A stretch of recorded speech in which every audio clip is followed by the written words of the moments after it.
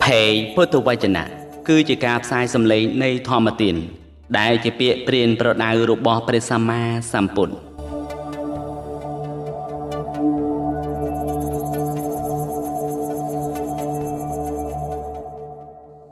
ព្រះវិនយបិដកភាគ13ទុតិយភាគអូបលិបញ្ចកៈ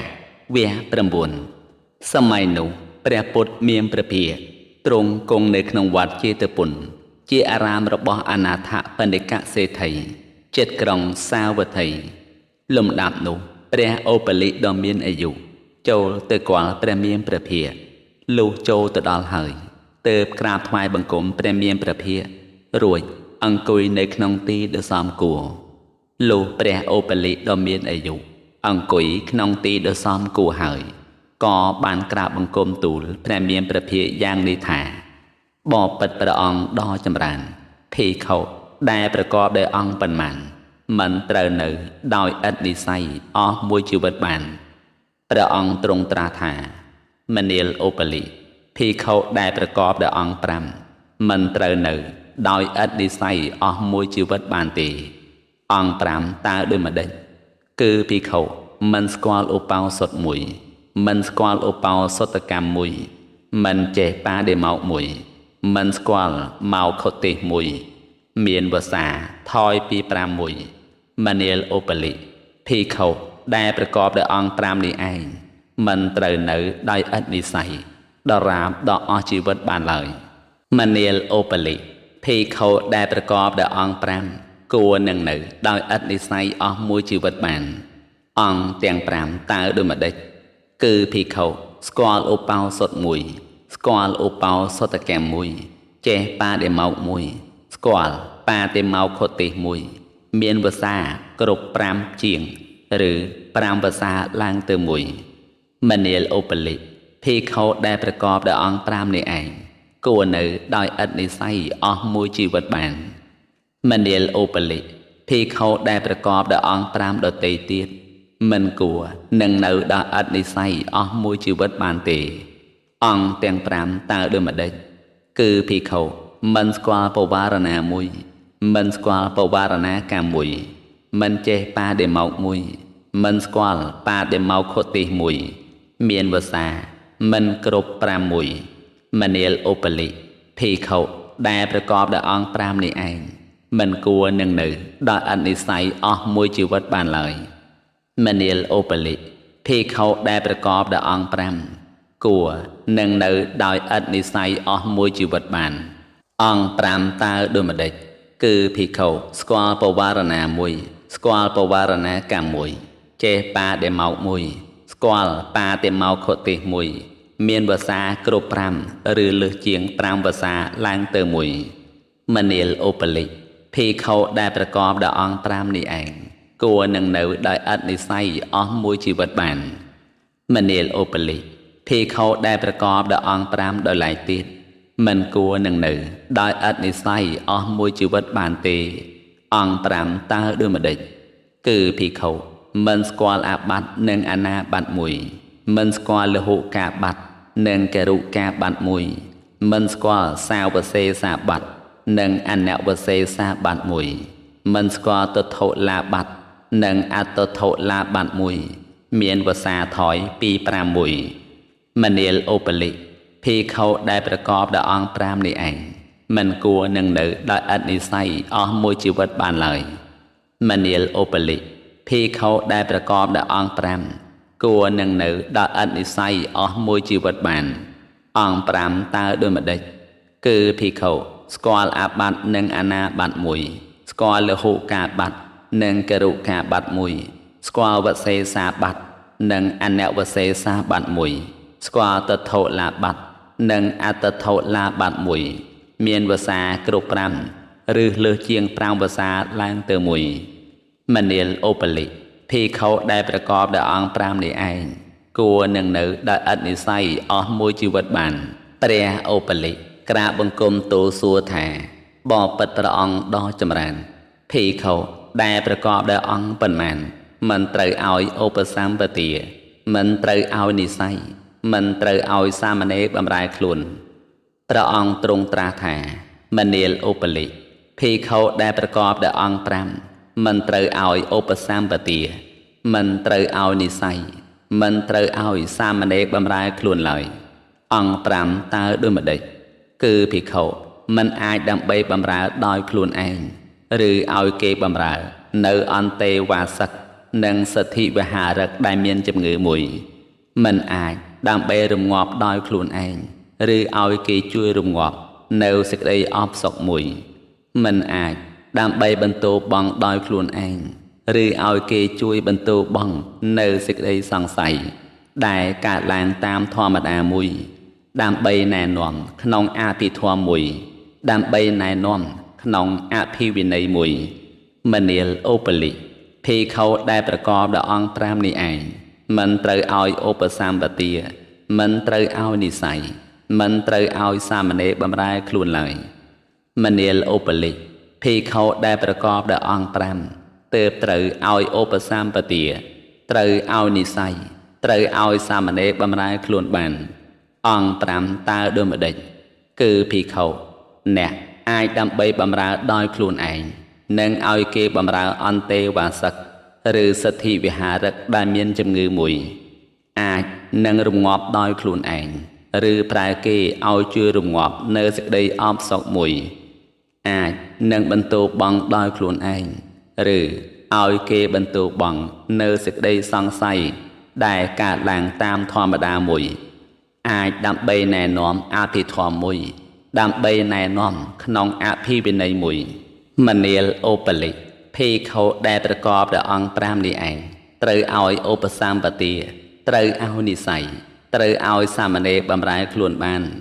មនាលឧបលិភិក្ខុដែលប្រកបដោយអង្គ5ដទៃទៀតក៏មិនត្រូវឲ្យឧបសម្បទាមិនត្រូវឲ្យនិស័យមិនត្រូវឲ្យសាមណេរបម្រើខ្លួនដែរអង្គ5តើដូចម្ដេចគឺភិក្ខុមិនអាចដើម្បីនឹងបង្រៀនអន្តេវាសិកឬសទ្ធិវិហារកក្នុងសិក្ខាគឺអភិសមាចារិកវត្តមួយមិនអាចដើម្បីណែនាំក្នុងសិក្ខាគឺអតិប្រមចរិយៈមួយមិនអាចណែនាំក្នុងអធិសិលមួយមិនអាចណែនាំក្នុងអធិចិត្តមួយមិនអាចណែនាំក្នុងអធិបញ្ញាមួយមនាលឧបលិភិក្ខុដែលប្រកបដោយអង្គ5នេះឯងមិនត្រូវឲ្យឧបសម្បទាមិនត្រូវឲ្យនិស័យមិនត្រូវឲ្យសាមណេរបម្រើខ្លួនឡើយ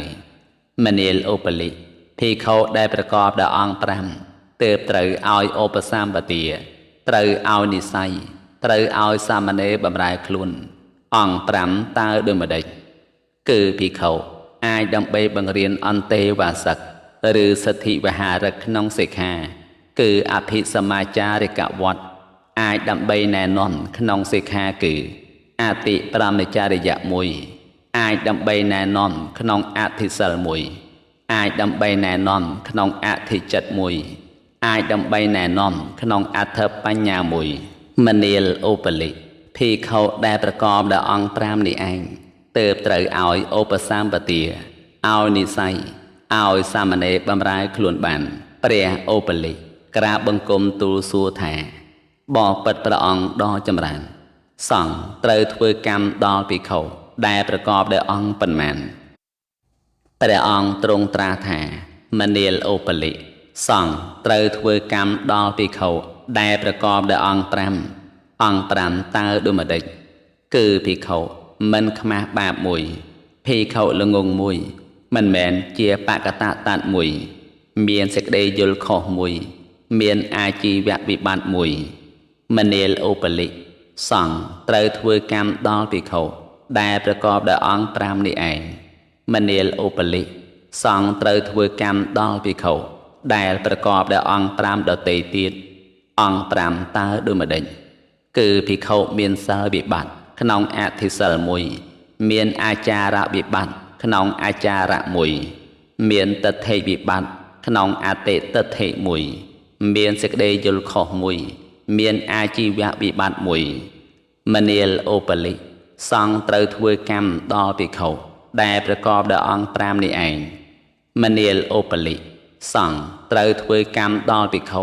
ដែលប្រកបដោយអង្គ5ដតេទៀតអង្គ5តើដូចម្ដេចគឺភិក្ខុប្រកបដោយលបែងប្រព្រឹត្តទៅតាមកាយមួយប្រកបដោយលបែងប្រព្រឹត្តទៅតាមវាចាមួយប្រកបដោយលបែងប្រព្រឹត្តទៅតាមកាយនិងវាចាមួយមានសេចក្តីយល់ខុសមួយមានអាជីវៈវិបត្តិមួយមនាលអូបលិសង្ឃត្រូវធ្វើកម្មដល់ភិក្ខុដែលប្រកបដោយអង្គ5នេះឯងមនាលអូបលិ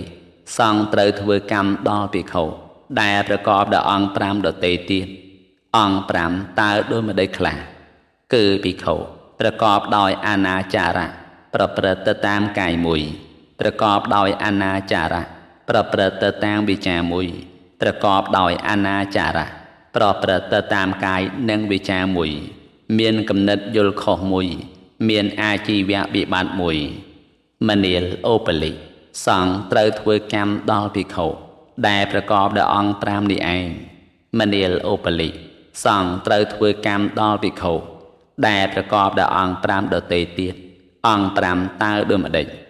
គឺភិក្ខុប្រកបដោយកិរិយាបៀតបៀនដែលប្រព្រឹត្តទៅតាមកាយមួយប្រកបដោយកិរិយាបៀតបៀនដែលប្រព្រឹត្តទៅតាមវាចាមួយប្រកបដោយកិរិយាបៀតបៀនដែលប្រព្រឹត្តទៅតាមកាយនិងវាចាមួយមានគំនិតយល់ខុសមួយមានអាជីវៈវិបត្តិមួយមនាលអូបលិសង្ឃត្រូវធ្វើកម្មដល់ភិក្ខុដែលប្រកបដោយអង្គ5នេះឯងមនាលអូបលិសង្ឃត្រូវធ្វើកម្មដល់ភិក្ខុដែលប្រកបដោយអង្គ5ដតេទៀត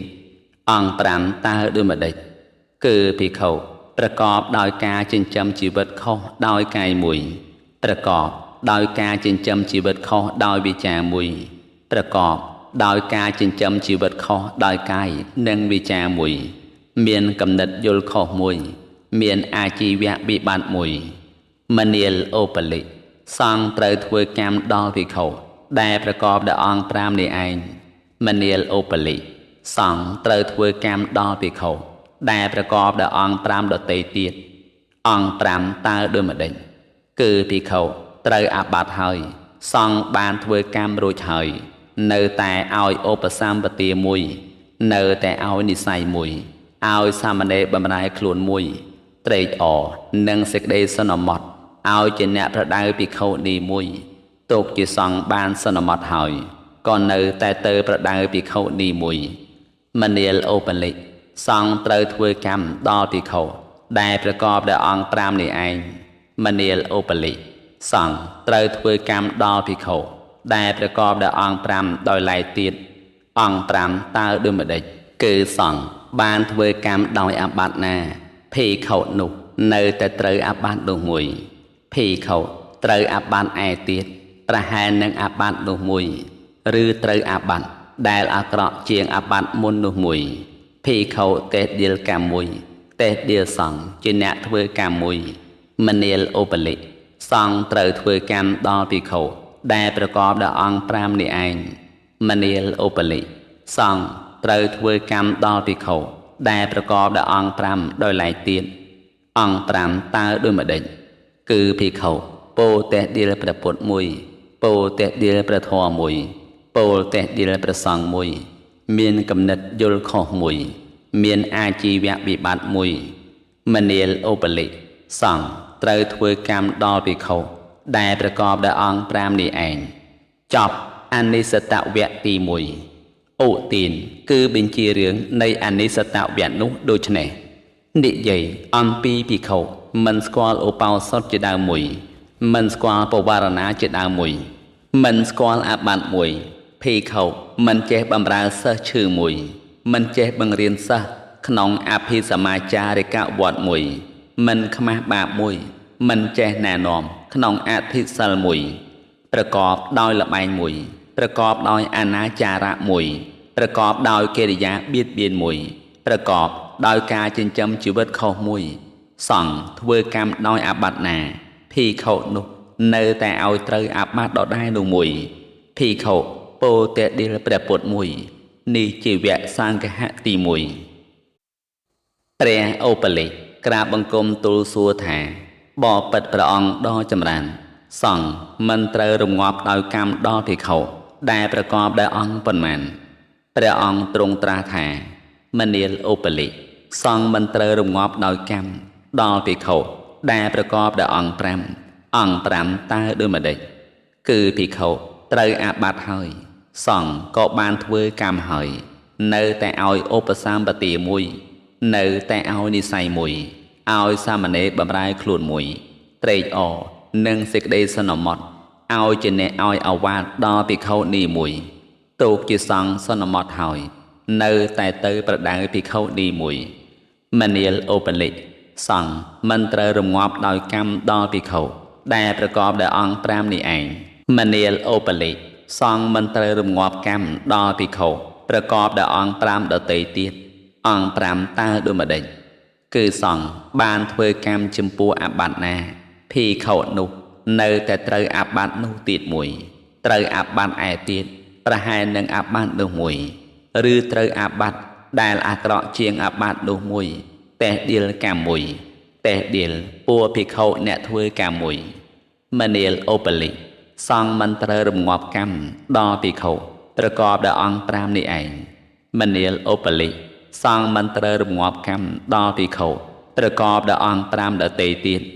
អង្គ5តើដូចម្ដេចគឺភិក្ខុពោតេះដៀលព្រះពុទ្ធមួយពោតេះដៀលព្រះធម៌មួយពោតេះដៀលព្រះសង្ឃមួយមានកំណត់យល់ខុសមួយមានអាជីវវិបត្តិមួយមនាលឧបលិ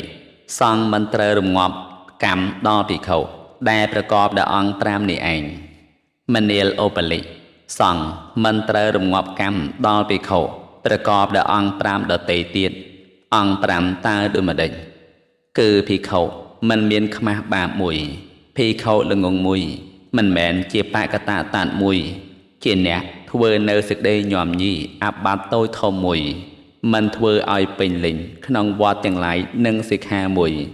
មនាលឧបលិសង្ឃមិនត្រូវរងាប់កម្មដល់ភិក្ខុដែលប្រកបដោយអង្គ5នេះឯងព្រះឧបលិក្រាបបង្គំទូលសួរថាបបិទ្ធព្រះអង្គដ៏ចម្រើនភិក្ខុជាអ្នកចូលទៅកាន់សង្គ្រាមកាលបាយចូលទៅរកសង្ឃត្រូវតម្កល់ធម៌ប៉ុន្មានទុកក្នុងសន្តាន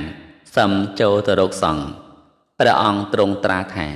មនាលឧបលិភិក្ខុជាអ្នកចូលទៅកាន់សង្គ្រាមកាលបាយចូលទៅរកសង្ឃ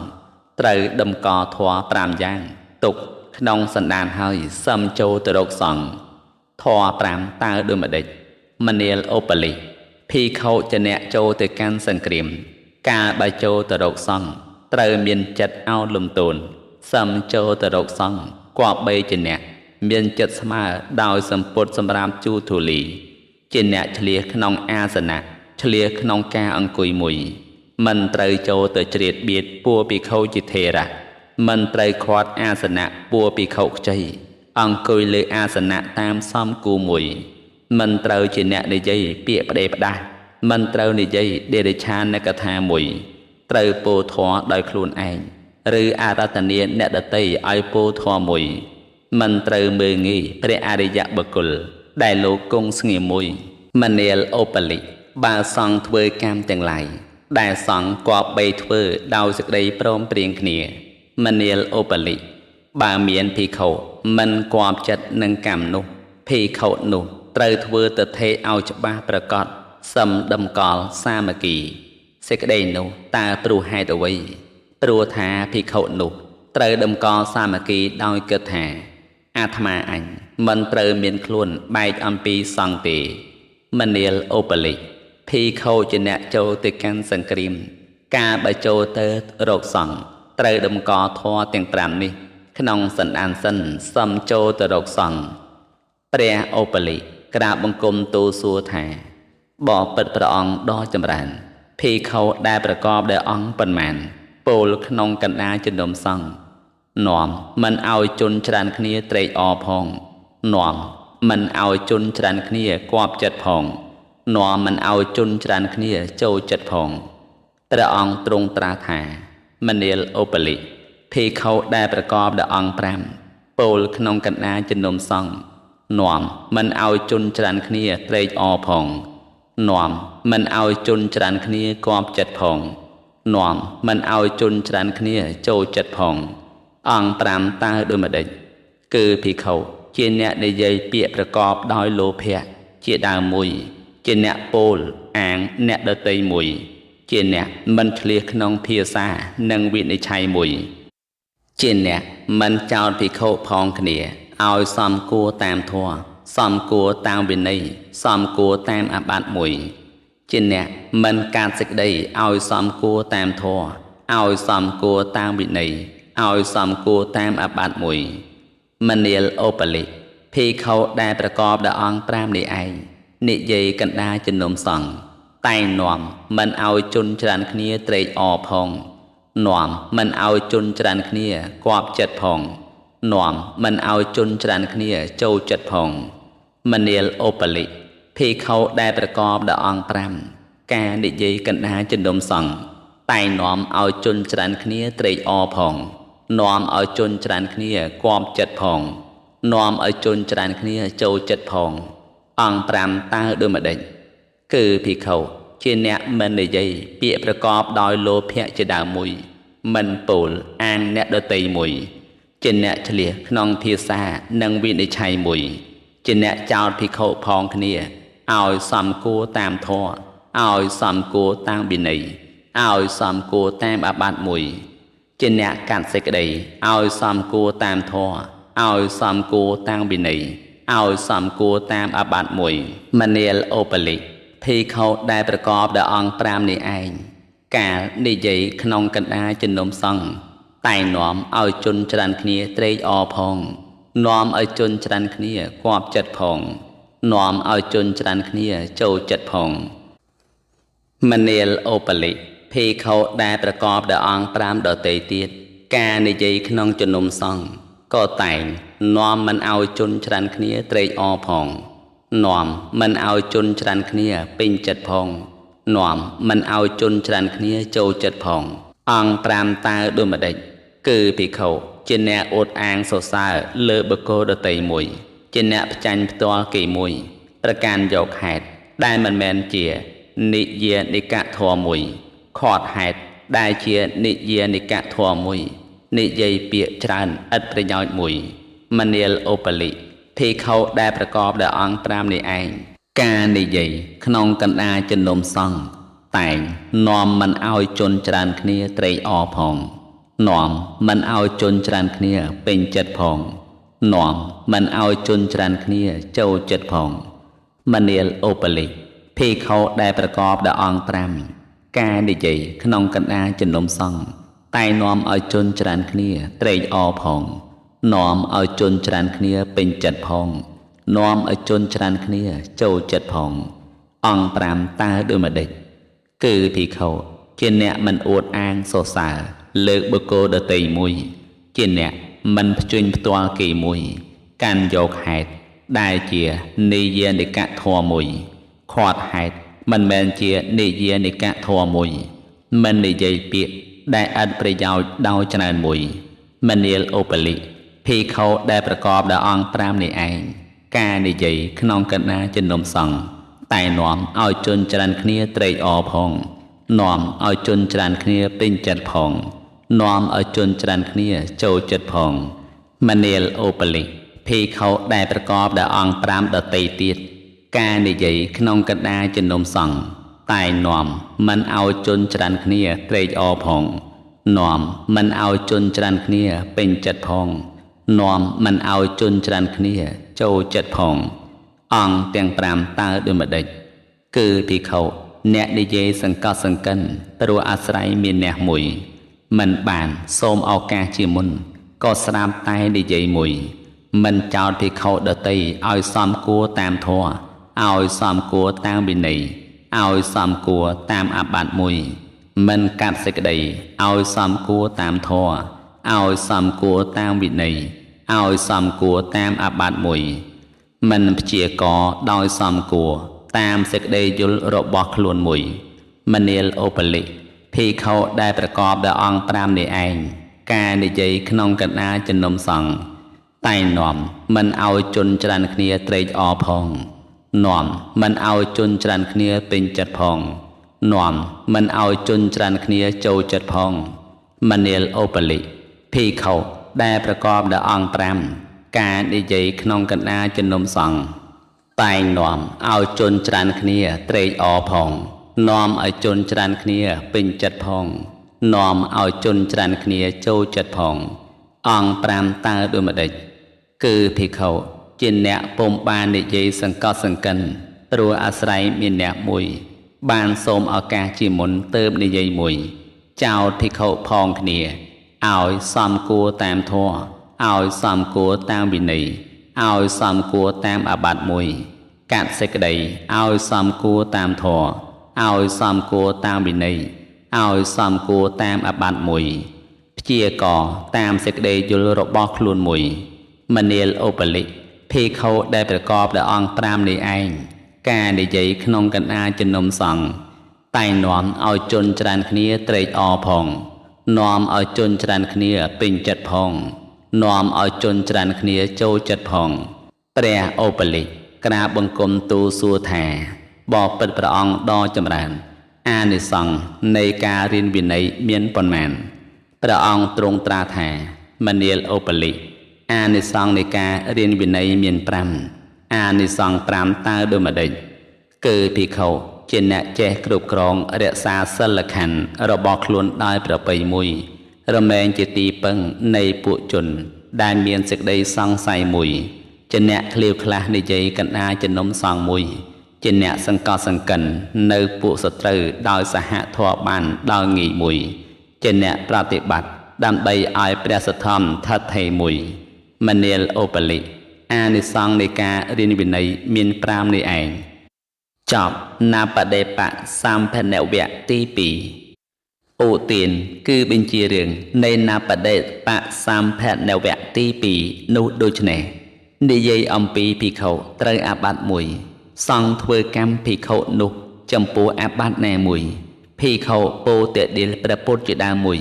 មិនខ្មាស់បាបមួយចូលទៅកាន់សង្គ្រាមមួយនិយាយពាក្យប្រកបដោយលោភៈជាដើមមួយអួតអាងសរសើរលើបុគ្គលដទៃមួយពលពាក្យសង្កត់សង្កិនមួយអានិសង្ឃនៃការរៀនវិន័យមួយព្រះអូប៉ាលិក្រាបបង្គំទូលសួរថាបបិទ្ធព្រះអង្គដ៏ចម្រើនភិក្ខុប្រកបដោយអង្គប៉ុន្មានដែលមិនត្រូវនិយាយក្នុងកណ្ដាលជំនុំសង្ឃ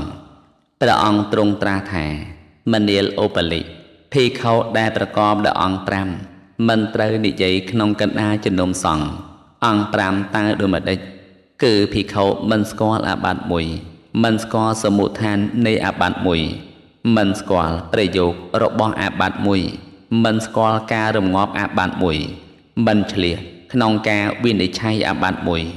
មនាលអូប៉ាលិភិក្ខុដែលប្រកបដោយអង្គ5នេះឯងមិនត្រូវនិយាយក្នុងកណ្ដាលជំនុំសង្ឃឡើយ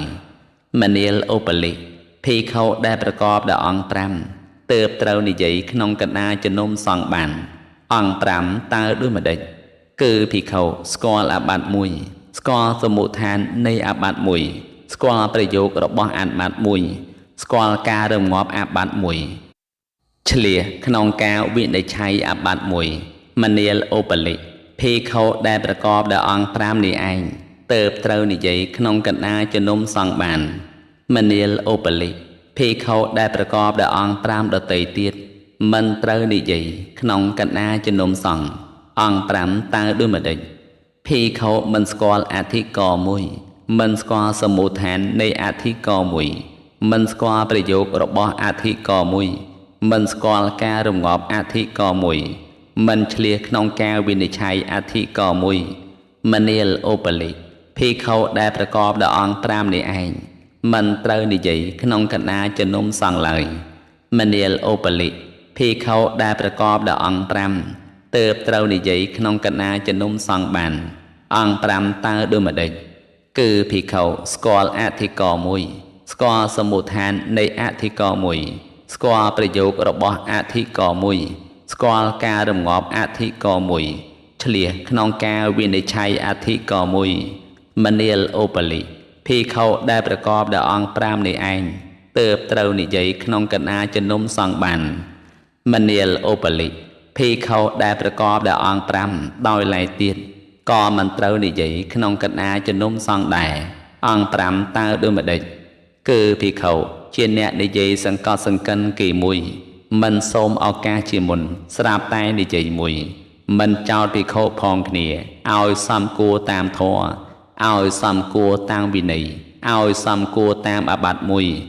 មិនកាត់សេចក្តីឲ្យសំគួរតាមធម៌ឲ្យសំគួរតាមវិន័យឲ្យសំគួរតាមអាបត្តិមួយ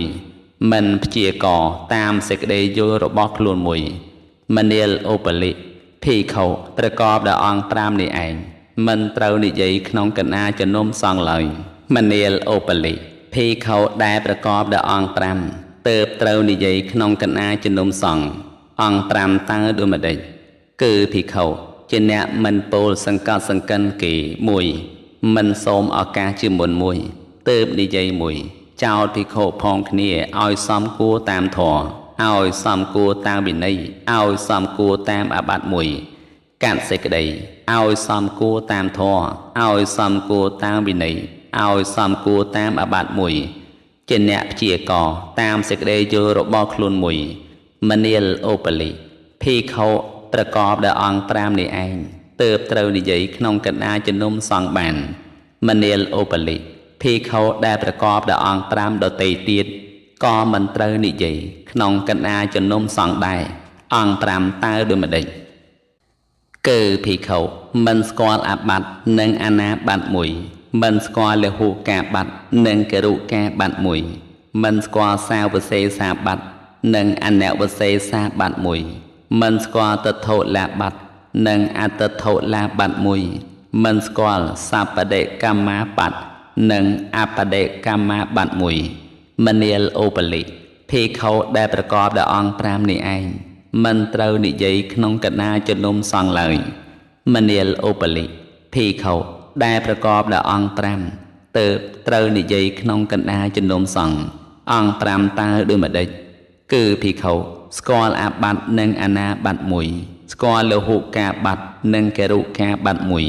ស្គាល់សាវសេសាបត្តិនិងអនវសេសាបត្តិមួយស្គាល់តថុលាបត្តិនិងអតថុលាបត្តិមួយស្គាល់សបដិកម្មាបត្តិនិងអបដិកម្មាបត្តិមួយមនាលឧបលិភិក្ខុដែលប្រកបដោយអង្គ5នេះឯងទើបត្រូវនិយាយក្នុងកណ្ដាលជំនុំសង្ឃបានមនាលឧបលិភិក្ខុដែលប្រកបដោយអង្គ5ដទៃទៀតមិនត្រូវនិយាយក្នុងកណ្ដាលជំនុំសង្ឃឡើយអង្គ5តើដូចម្ដេចគឺភិក្ខុមិនស្គាល់កម្ម7ប្រការមានតេជនិច្ចកម្មជាដើមមួយមិនស្គាល់ការធ្វើកម្មមួយមិនស្គាល់វត្ថុរបស់កម្មមួយមិនស្គាល់វត្ថុរបស់កម្មមួយមិនស្គាល់ការរងាប់របស់កម្មមួយមនាលឧបលិភិក្ខុដែលប្រកបដោយអង្គ5នេះឯងមិនត្រូវនិយាយក្នុងកណ្ដាលជំនុំសង្ឃឡើយមនាលឧបលិភិក្ខុដែលប្រកបដោយអង្គ5ទើបត្រូវនិយាយក្នុងកណ្ដាលជំនុំសង្ឃបានអង្គ5តើដូចម្ដេចគឺភិក្ខុស្គាល់កម្មមួយស្គាល់ការធ្វើកម្មមួយស្គាល់វត្ថុរបស់កម្មមួយស្គាល់វត្តរបស់កម្មមួយស្គាល់ការរងាប់របស់កម្មមួយមនាលឧបលិភិក្ខុដែលប្រកបដោយអង្គ5នេះឯងទើបត្រូវនិយាយក្នុងកណ្ដាលជំនុំសង្ឃបានមនាលឧបលិភិក្ខុដែលប្រកបដោយអង្គ5ដទៃទៀតមិនត្រូវនិយាយក្នុងកណ្ដាលជំនុំសង្ឃឡើយអង្គ5តើដូចម្ដេចគឺភិក្ខុមិនស្គាល់វត្ថុនៃអាបត្តិទាំង7មួយមិនស្គាល់និទានគឺរឿងរ៉ាវដែលត្រទ្រង់បញ្ញត្តិសិក្ខាបទមួយមិនស្គាល់បញ្ញត្តិមួយមិនស្គាល់សេចក្តីខាងចុងខាងដើមបទមួយមិនស្គាល់កន្លងពាក្យដែលជាប់តគ្នាមួយមនាលឧបលិភិក្ខុដែលប្រកបដោយអង្គ5នេះឯងមិនត្រូវនិយាយក្នុងកណ្ដាលជំនុំសង្ឃឡើយមនាលឧបលិភិក្ខុដែលប្រកបដោយអង្គ5ទើបត្រូវនិយាយក្នុងកណ្ដាលជំនុំសង្ឃបានអង្គ5តើដូចម្ដេចគឺភិក្ខុស្គាល់វត្ថុមួយស្គាល់និទានមួយស្គាល់បញ្ញត្តិមួយស្គាល់សេចក្តីខាងចុងនិងខាងដើមបទមួយស្គាល់កន្លងពាក្យដែលជាប់តគ្នាមួយមនាលឧបលិភិក្ខុដែលប្រកបដោយអង្គ5នេះឯងទើបត្រូវនិយាយក្នុងកណ្ដាលជំនុំសង្ឃបានមនាលឧបលិភិក្ខុដែលប្រកបដោយអង្គ5ដទៃទៀត ก็มันเตานิยัยขนมกันอาจนมสองได้อังปรามตาดูมาได้คือพี่เขาลมเอียงเตยคางชันเตียกะเตะมวยลมเอียงเตยโตซากะเตะมวยลมเอียงเตยคางโบฮากะเตะมวยลมเอียงเตยคางเพะเยกะเตะมวยมันขมาบามวยมันเนลโอปลิพี่เขาได้ประกอบดาอังปรามนี่เองมันเตานิยัยขนมกันอาจนมสองเลยมันเนลโอปลิพี่เขาได้ประกอบดาอังปรามเติบเตานิยัยขนมกันอาจนมสองบันอังปรามตาดูมาได้คือพี่เขามันลำเอียงเตยคางชันเตียกะเตะมวยมันลำเอียงเตยคางโตซากะเตะมวยมันลำเอียงเตยคางโมฮากะเตะมวยมันลำเอียงเตยคางแพะเยกะเตะมวยเมียนเสกใดขมาบามุยมันเนลโอปลิพี่เขาได้ประกอบดาอังปรามในเองเติบเตานิยัยขนมกันอาจนมสองบานมันเนลโอปลิพี่เขาได้ประกอบดาอังปรามดาเตยเตียดก็มันเตานิยัยขนมกันอาจนมสองอังปรามตาดูมาได้คือพี่เขาลมเอียงเตยคางชันเตียกะเตะมวยลมเอียงเตยคางโตซากะเตะมวยลมเอียงเตยคางโมฮากะเตะมวยลมเอียงเตยคางแพะเยกะเตะมวยมันเฉลียขนมวินัยมวยมันเนลโอปลิพี่เขาได้ประกอบดาอังปรามนี่เองมันเตานิยัยขนมกันอาจนมสองเลยมันเนลโอปลิพี่เขาได้ประกอบดาอังปรามเติบเตานิยัยขนมกันอาจนมสองบันอังปรามตาดูมาได้คือพี่เขามันลำเอียงเตยคางชันเทียกะเตะมวยมันลำเอียงเตยคางโตซากะเตะมวยมันลำเอียงเตยคางโมฮากะเตะมวยมันลำเอียงเตยคางแพะเยกะเตะมวย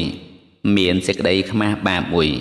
มันเนลโอปลิพี่เขาได้ประกอบดาอังปรามนี่เองเติบเตานิยัยขนมกันอาจนมสองบานมันเนลโอปลิ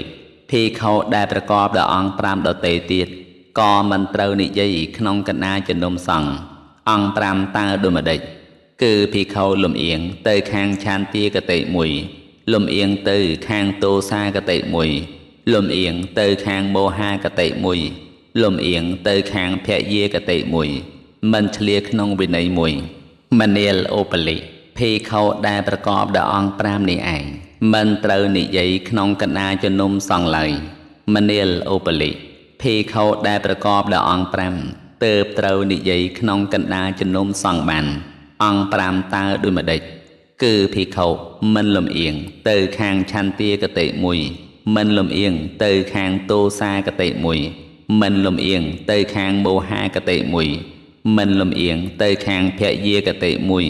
จินเนเฉลียขนมวินัยมวยมันเนลโอปลิพี่เขาได้ประกอบดาอังปรามนี่เองเติบเตานิยัยขนมกันอาจนมสองบานมันเนลโอปลิพี่เขาได้ประกอบดาอังปรามดาเตยเตียดก็มันเตานิยัยขนมกันอาจนมสองได้อังปรามตาดูมาได้คือพี่เขามันสกอหยัดมวยมันสกอการทเวดาวหยัดมวยมันสกอวิธีโซดดาวหยัดมวยมันสกอสมถะดาวหยัดมวยมันสกอการรำงอบดาวหยัดมวยมันเนลโอปลิพี่เขาได้ประกอบดาอังปรามในเองมันเตานิยัยขนมกันอาจนมสองเลยมันเนลโอปลิพี่เขาได้ประกอบดาอังปรามเติบเตานิยัยขนมกันอาจนมสองบานอังปรามตาดูมาได้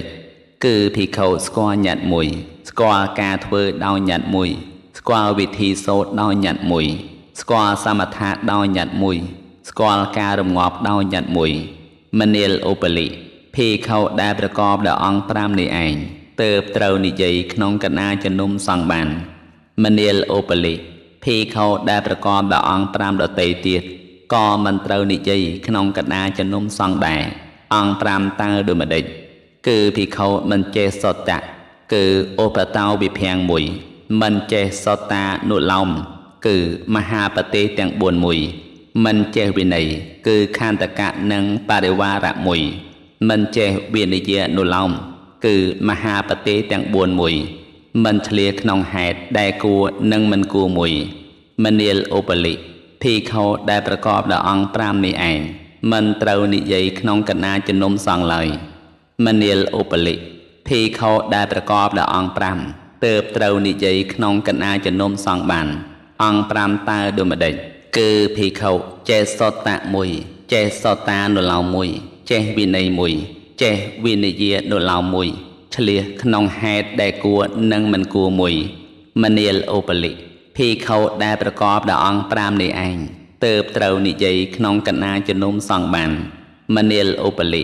ភិក្ខុដែលប្រកបដោយអង្គ5ដទៃទៀតក៏មិនត្រូវនិយាយក្នុងកណ្ដាលជំនុំសង្ឃដែរអង្គ5តើដូចម្ដេចគឺភិក្ខុមិនចេះធម៌មួយមិនចេះធម្មានុឡោមគឺមហាបតិបែកខាងប្រសូតមួយមិនចេះវិន័យមួយមិនចេះវិនយានុឡោមមួយមិនឆ្លៀសក្នុងពាក្យខាងដើមនិងពាក្យខាងចុងមួយមនាលឧបလိភិក្ខុដែលប្រកបដោយអង្គ5នេះឯងមិនត្រូវនិយាយក្នុងកណ្ដាលជំនុំសង្ឃឡើយមនាលឧបလိភិក្ខុដែលប្រកបដោយអង្គ5ទើបត្រូវនិយាយក្នុងកណ្ដាលជំនុំសង្ឃបានអង្គ5តើដូចម្ដេចគឺភិក្ខុចេះធម៌មួយចេះធម្មានុឡោមមួយចេះវិន័យមួយចេះវិនយានុឡោមមួយឆ្លៀសក្នុងពាក្យខាងដើមនៃពាក្យខាងចុងមួយមនាលឧបလိភិក្ខុដែលប្រកបដោយអង្គ5នេះឯងទើបត្រូវនិយាយក្នុងកណ្ដាលជំនុំសង្ឃបានចប់វោហារវៈទី3ឧទានគឺបញ្ជារឿងនៃវោហារវៈទី3នោះដូចនេះនិយាយអំពីភិក្ខុមិនស្គាល់អាបត្តិមួយមិនស្គាល់អធិករមួយនិយាយសង្កត់សង្កិនគេមួយស្គាល់អាបត្តិមួយមិនស្គាល់កម្មមួយមិនស្គាល់វត្ថុមួយមិនខ្មាស់បាបមួយមិនឆ្លៀសមួយមិនដឹងញត្តិមួយមិនចេះសតៈមួយមិនចេះធម៌មួយទាំងនេះសង្គ្រោះដោយវោហារវៈទី3សាធវោអស់លោកអ្នកសាទសពបរោះទាំងឡាយសូមអនុមោទនាស្ដាប់នៅវិនយៈបេដកភាគ13វគ្គ10ក្រោយបន្តទៀត